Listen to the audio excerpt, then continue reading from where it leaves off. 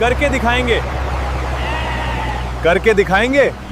Hello and good morning guys, आज हम फिर से आ गए हैं एक और नई वीडियो के साथ। आपने पिछली वीडियो को काफ़ी प्यार दिया, वो 1.5K के आसपास चली गई, तो हमें और मोटिवेशन मिलती है। इसी तरह आप हमें सपोर्ट करते रहें, हमारे चैनल को सब्सक्राइब करें, हमारी वीडियोस को लाइक करें, ज़्यादा से ज़्यादा कमेंट करें अपने डाउट्स, हम आपके डाउट्स के थ्रू कुछ सीखने की कोशिश करेंगे। तो इस वीडियो में हम बात करेंगे कि बकरियों को लेकर आ गए हम अपने फार्म पे, हमने उनकी सैनिटाइजेशन कर दी, आगे क्या। सबसे पहले जब भी बकरियां बाहर से आती हैं तो उन पे पैरासिटिक ओवरलोड होता है उनके पेट में, मतलब उनके पेट में होते हैं कीड़े। तो उसके लिए सबसे पहला स्टेप होता है कि खाली पेट 1 या 2 दिन बाद, पहले तो कुछ 4 से 5 दिन स्ट्रेस टाइम पीरियड में रहती हैं, तो उनको उस टाइम पे डिवॉर्मिंग ना करके जैसे ही वो फार्म पे सेटल होने लगे तो विद इन 4 to 5 डेज जब वो अच्छे से पानी उठा रही है, अच्छे से फीड उठा रही है, सब नॉर्मल हो गया है, स्ट्रेस के जो सिग्नल्स हैं वो बंद हो गए हैं पशु के शरीर में, उसके बाद आप सबसे पहले डिवॉर्मिंग करें। डिवॉर्मिंग होगी सुबह की फीड से पहले खाली पेट। उससे ये होगा कि पेट के अंदर जितने भी पैरासिटिक वॉर्म्स वगैरह हैं वो सारे मर जाएंगे और फीड की जो एब्जॉर्प्शन है वो बेटर हो जाएगी। इसका बेसिक मतलब ये है कि जो लीक्स हैं पशु के पेट में वो ख़त्म होंगे, जो पशु को जो एक्चुअल वो फीड खा रहा है वो लगेगी। ये एक बहुत इंपॉर्टेंट फैक्टर इसलिए क्योंकि आप महंगी फीड खिलाएंगे, प्रोटीन ओरिएंटेड खिलाएंगे, तो वो पशु को लगनी चाहिए। अगर पेट में कीड़े होंगे तो कीड़े वो फीड कंज्यूम करेंगे और पशु को लगने नहीं देंगे। जैसे ही डिवॉर्मिंग कर लेंगे तो उसके बाद हमें एक TMR यानी कि मिक्स राशन जो है अपनी बकरियों के लिए डिज़ाइन करना है। तो सुबह पहले जो फीड रहेगी उसके अंदर हम जो भूसा है, बेसिकली अब वो चने का भूसा दे रहे हैं, गेहूं का भूसा दे रहे हैं, वो आपके एरिया में जिस चीज़ की अवेलेबिलिटी है उस हिसाब से भूसा 70% ऑफ द फीड हमेशा रहेगा।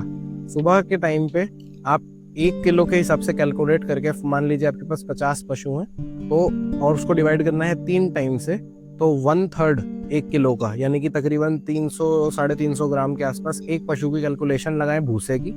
साथ में आप चने का चोनी यानी कि चने का जो चूनी बना बनाया आता है ऑलरेडी, वो चने का छिलका, साथ में आप खल, सरसों की खल हो, बिनोले की खल हो, सरसों की खल प्रेफरेबल है, वो प्रोटीन का फॉर्मेट होता है, इसे आप पशु को दीजिए। साथ में आप पशु के लिए जौ और मक्के का जो एक पाउडर बनवा लीजिए, दलिया टाइप बनवा लीजिए, पाउडर तो नहीं कहूँगा, दलिया बनवा लीजिए। उस दलिए को भिगो के रखें 12 घंटे के लिए, अगले दिन सुबह आप अपने पशु को वो दीजिए।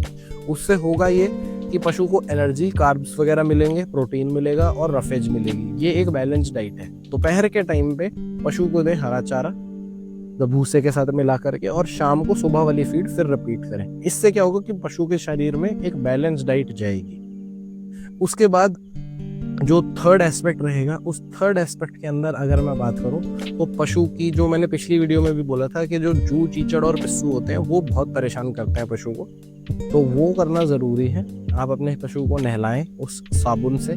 अगर उससे भी नहीं निकलते तो फिर उसका एक एडवांस वीडियो हम बनाएंगे कि जी उसके अलावा क्या करा जा सकता है। वो हमें करना पड़ेगा बिकॉज हमारे कुछ एनिमल से तो निकल गया है, कुछ में नहीं निकला है।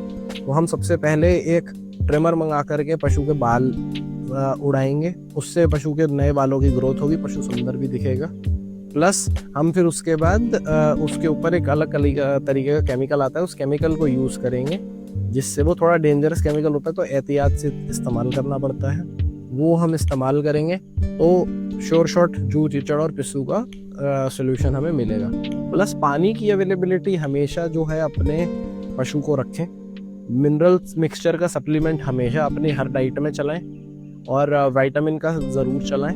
साथ साथ लीवर सप्लीमेंट और लीवर टॉनिक भी चलाएं। आगे आने वाली वीडियो हम एक सप्लीमेंट के लिए स्पेसिफिक वीडियो बनाएंगे जिसमें हम अपने पशुओं को क्या क्या सप्लीमेंट देते हैं, हम उसके बारे में बात करेंगे, किस ड्यूरेशन में देते हैं, पूरा सप्लीमेंट शेड्यूल की बात करेंगे। अगली वीडियो के लिए जुड़े रहें। Till then thank you so much. हमारी वीडियो को लाइक, शेयर और सब्सक्राइब ज़रूर करें। Thank you.